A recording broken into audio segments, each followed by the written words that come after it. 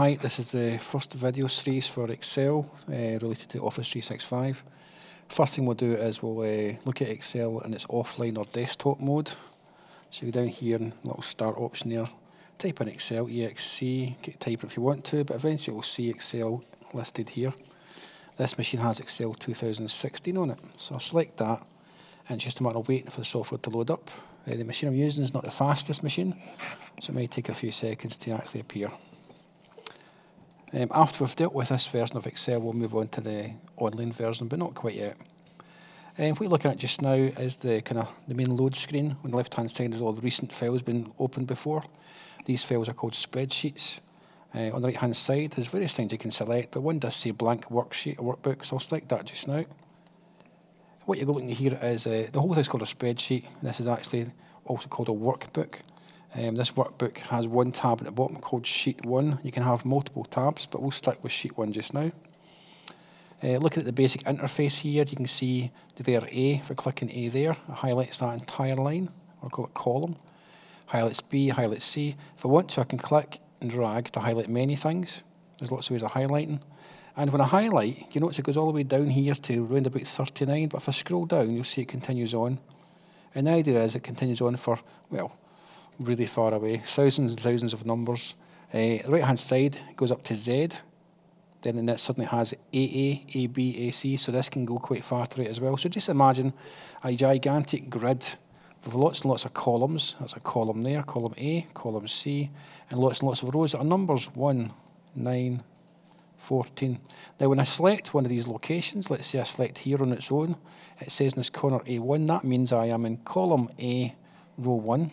Therefore, that must be C3, and further down there, F7. And you can see it shows you here anyway, highlighting it, but also shows you over there.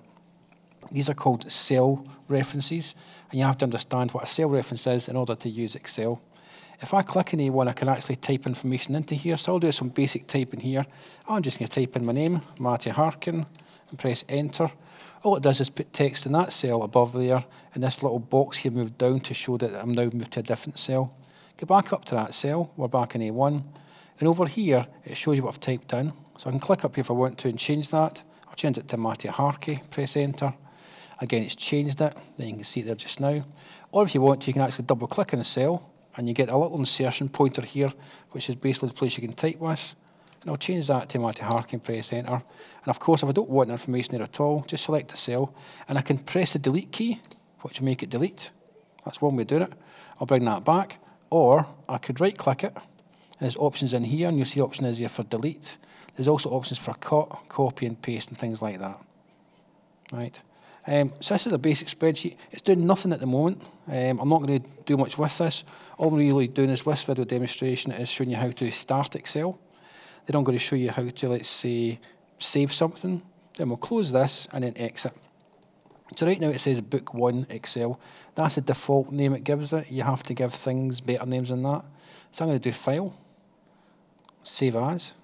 Now it's asking me whereabouts do I want to save this thing. There's a few places. I'll save it to the local machine first, the PC I'm using just now, by clicking Browse.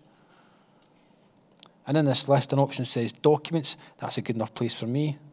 And it does say Book 1. I'll change it to something else. I'll just call this My First Spreadsheet.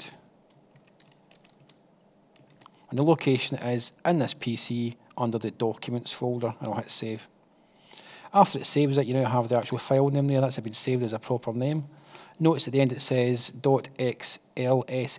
That basically stands for it's a spreadsheet that works in Excel. I'm now going to select File, and I'm going to select Close to close the spreadsheet. That's gone. I still have the actual Excel package up and running. I'll close that as well by clicking on the red X in the corner there.